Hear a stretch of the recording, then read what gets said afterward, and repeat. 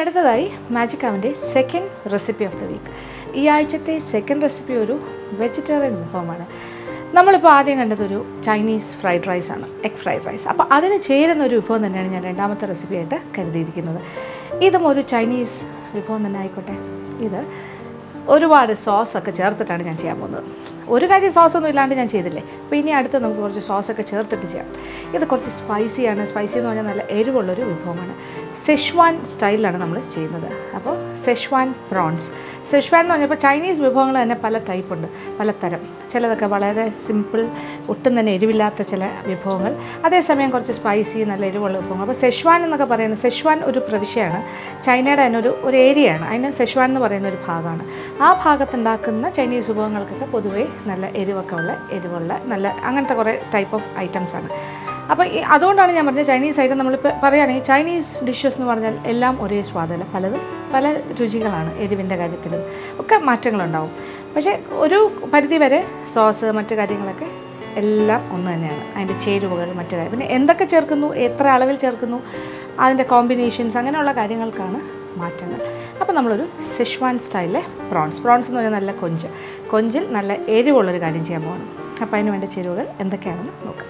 കൊഞ്ച് 1/2 കിലോ കഴുകി വൃത്തിയാക്കിയെടുത്തത്, ഏതെങ്കിലും തരം റിഫൈൻഡ് ഓയിൽ 2 ടേബിൾ സ്പൂൺ, വെളുത്തുള്ളി ചതച്ചത് 1.5 ടേബിൾ സ്പൂൺ, സവാള ഒരു വലുത് ചെറുതായി അരിഞ്ഞത്, മുളക് പൊടി 2 ടീസ്പൂൺ, വറ്റൽമുളക് അരച്ചത് 1 teaspoon, chilli sauce 2 tablespoon, soya sauce 1 tablespoon, tomato sauce അല്ലെങ്കിൽ tomato ketchup 2 tablespoon, Chinese rice vinegar 2 teaspoon, spring onion അരിഞ്ഞത് 1 കപ്പ്, വറ്റൽമുളക് 5-6, പഞ്ചസാര 1.5 ടീസ്പൂൺ. അപ്പോൾ നമ്മുടെ സെഷ്വാൻ പ്രോൺസ്.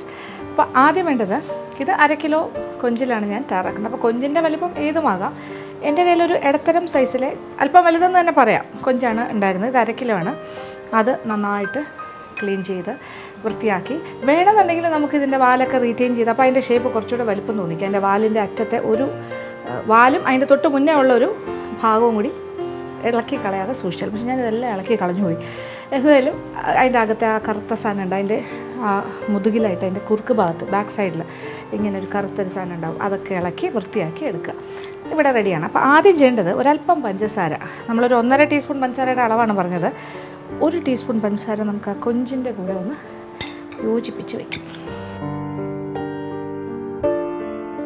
അപ്പോൾ നമ്മുടെ കൊഞ്ചിനെ കുറച്ച് പഞ്ചസാര, 1 ടീസ്പൂൺ പഞ്ചസാര ഒന്ന് ചേർത്ത് ഒന്ന് ഇളക്കി വെച്ചിരിക്കുകയാണ്. ഇനി നമുക്ക് അടുപ്പ് കത്തിക്കാം.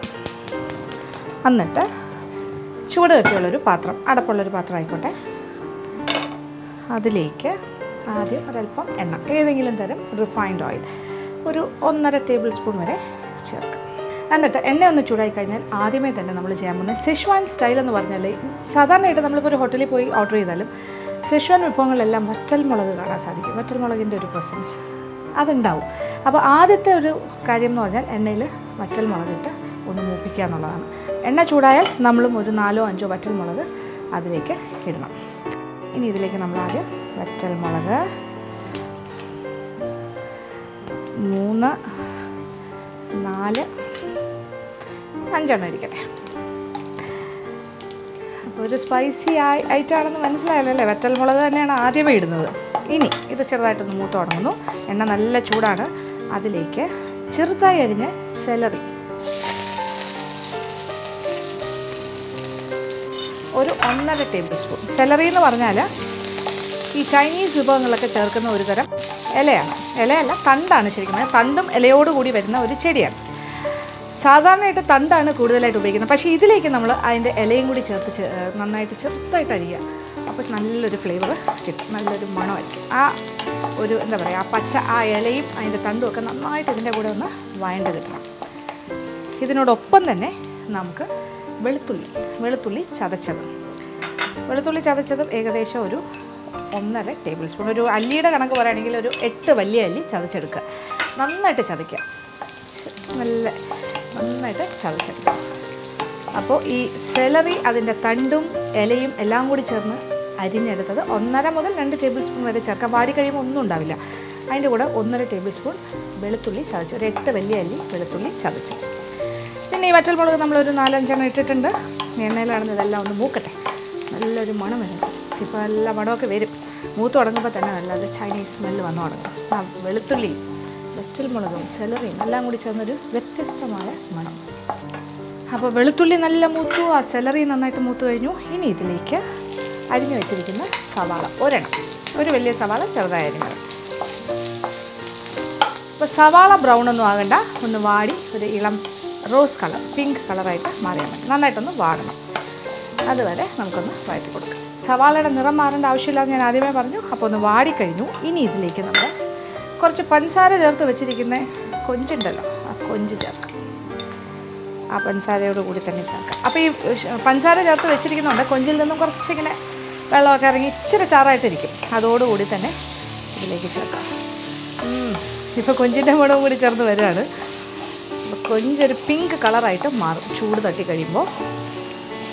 ഇനി ഇതിലേക്ക് 2-3 കാര്യങ്ങൾ. ഒന്ന്, മുളക് പൊടി 2 ടീസ്പൂൺ. പിരിയൻ മുളക് പൊടി ആയിരിക്കും എനിക്ക് തോന്നുന്നു കൂടുതൽ നല്ലത്. കാര്യം എരിവ് നിറം കാണും, എരിവ് കുറയും. 2 ടീസ്പൂൺ. ഇതിൻ്റെ അളവൊക്കെ നിങ്ങളുടെ ഇഷ്ടത്തിന് കൂട്ടുകയോ കുറയ്ക്കുകയോ ചെയ്യാം. കാര്യം ഇത് കുറച്ച് എരിവായിരിക്കും. ഇത്ര വേണ്ടാന്നുണ്ടെങ്കിൽ മുളക് പൊടിയുടെ അളവ് 1.5 ടീസ്പൂണായിട്ട് മാറ്റും. ആദ്യം മുളക് പൊടി, അപ്പോൾ അതിൻ്റെ പച്ചച്ചുവയൊക്കെ ഇതിനോടൊപ്പം തന്നെ കിടന്നിങ്ങനെ വഴണ്ട് വരുമ്പോൾ മാറും. ഇനി ഇതിൻ്റെ കൂടെ കുറച്ച് ചില്ലി പേസ്റ്റ്, വറ്റൽമുളക് അരച്ചത്.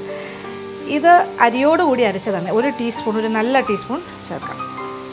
ഇനി ഇത്ര എരിവ് വേണ്ടാന്നുണ്ടെങ്കിൽ വറ്റൽമുളകിൻ്റെ അകത്തെ അരി മാറ്റിയിട്ട് അരച്ചെടുക്കുക, വെള്ളത്തിൽ കുതിർത്ത് അരച്ചെടുക്കുക. അപ്പോൾ നല്ല എരിവ് കുറവായിരിക്കും, നല്ല നിറം ഉണ്ടാകും, നല്ലൊരു കൊഴുപ്പ് കിട്ടും. കുറച്ച് ഉപ്പും കൂടി ചേർക്കാം, കാര്യം കൊഞ്ചിലേക്ക് ഉപ്പൊക്കെ പിടിക്കണ്ടേ. കുറച്ച് മുളകിൻ്റെയൊക്കെ ഒരു പച്ച ആ ഒരു രുചി മാറണം. നമ്മുടെ കൊഞ്ചെല്ലാം ഇങ്ങനെ ചുരുണ്ട് റൗണ്ട് ഷേപ്പിലാക്കി ആയിക്കഴിഞ്ഞു. ഒരു പക്ഷേ വാലുണ്ടെങ്കിൽ ഇത്രത്തോളം ചുരുണ്ട് വരില്ല. ഇനി ഇതിലേക്ക് പച്ച ചുവയൊക്കെ മാറി നന്നായിട്ട് ചുവ വരുന്നുണ്ട്. ഇതിലേക്ക് കുറച്ച് വിനാഗിരി ചേർക്കണം. വിനാഗിരി എന്ന് പറഞ്ഞാൽ ചൈനീസ് വിനീഗർ, റൈസ് വിനീഗർ എന്ന് പറഞ്ഞ് വാങ്ങാൻ കിട്ടും. ചൈനീസ് റൈസ് വിനീഗർ, അത് അരിയിൽ നിന്നും ഉണ്ടാക്കുന്ന വിനാഗിരിയാണ്. അതാണെങ്കിൽ നല്ലത്. അത് കിട്ടിയില്ല എന്നുണ്ടെങ്കിൽ കുഴപ്പമില്ല, നമ്മൾ സാധാരണ വീട്ടിൽ ഉപയോഗിക്കുന്ന വിനാഗിരി ആയാലും മതി. എൻ്റെ കയ്യിൽ ഇപ്പോൾ ചൈനീസ് റൈസ് വിനീഗർ ഉണ്ട്, ഒരു 2 ടീസ്പൂൺ. ചൈനീസ് റൈസ് വിനീഗർ ഒരു ലൈറ്റ് ബ്രൗൺ കളറിലാണ് വരുന്നത് കുപ്പിയിൽ, അല്ലെങ്കിൽ സാധാരണ വിനാഗിരി. ഇനി വേണ്ടത് കുറച്ച് സോസുകളാണ്. 1 ടേബിൾ സ്പൂൺ സോയാ സോസ്, ഒരു 2 table spoon chilli sauce. Chilli sauce തന്നെ ചുമന്ന കളറിലും കിട്ടും, പച്ച കളറിലും കിട്ടും. എൻ്റെ കയ്യിൽ പച്ച കളറിലെ ചില്ലി സോസാണ്, അതുകൊണ്ട് ഞാൻ അത് ചേർക്കുന്നു. ഇനി ഒരു 2 ടേബിൾ സ്പൂൺ ടൊമാറ്റോ സോസ് അല്ലെങ്കിൽ ടൊമാറ്റോ കെച്ചപ്പ്. എല്ലാ സോസുമായി കണ്ടല്ലോ. ഇനി ഒന്ന് ഇറക്കി കൊടുക്കാം. ഇനി തീ കൂട്ടിയാലും കുഴപ്പമില്ല.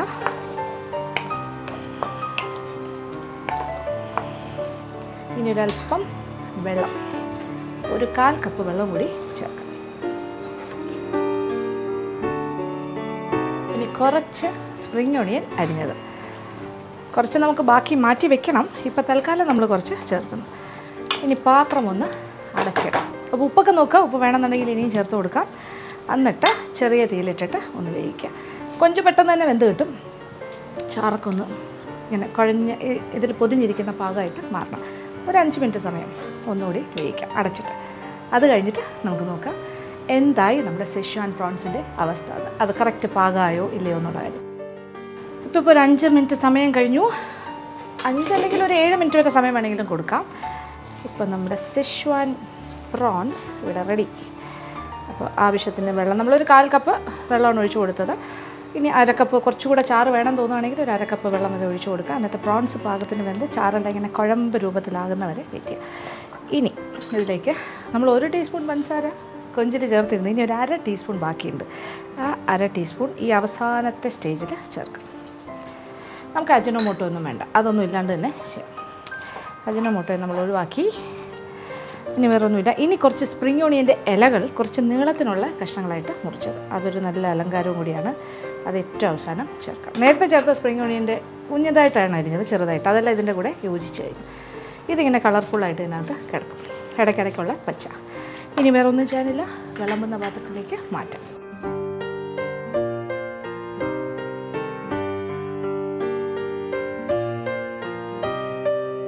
നോക്കൂ, ഇത് 1/2 കിലോ കൊഞ്ചാണ്. ചെയ്ത് വന്നപ്പോൾ എത്ര ഉണ്ടെന്ന് നോക്കൂ, വളരെ കുറച്ചല്ലേ. പക്ഷേ ഇത് തന്നെ ഒരു 4 പേർക്ക് എന്തായാലും കഴിക്കാൻ സാധിക്കും. ഫ്രൈഡ് റൈസിൻ്റെ കൂടെയല്ലേ നമ്മൾ കഴിക്കുന്നത്. അപ്പോൾ ഇതിൻ്റെ ചുറ്റും ഒരു അലങ്കാരമായിട്ട് നമുക്ക് കുറച്ച് സ്പ്രിംഗ് ഓണിയനെ തന്നെ ഉപയോഗിക്കാം.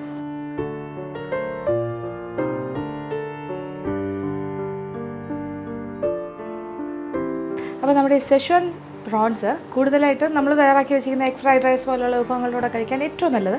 അതല്ലാന്നുണ്ടെങ്കിൽ ചപ്പാത്തി, പിന്നെ അല്ലെങ്കിൽ പ്ലെയിൻ റൈസ്, സാധാരണ വൈറ്റ് റൈസ് വേവിച്ചത്, അതിൻ്റെ കൂടെ എല്ലാം കഴിച്ചാലും നല്ലതായിരിക്കും. നല്ല എരിവൊക്കെ ആയിട്ട് എന്താ പറയണ്ടേ.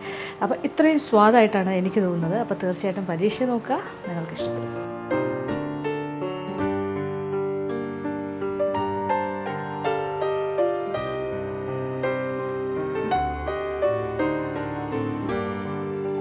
ഇന്നത്തെ എപ്പിസോഡ് ഇവിടെ അവസാനിക്കുകയാണ്. വീണ്ടും പുതിയ വിഭവങ്ങളുമായി മാജിക് കമൻറ്റിലൂടെ കാണാം.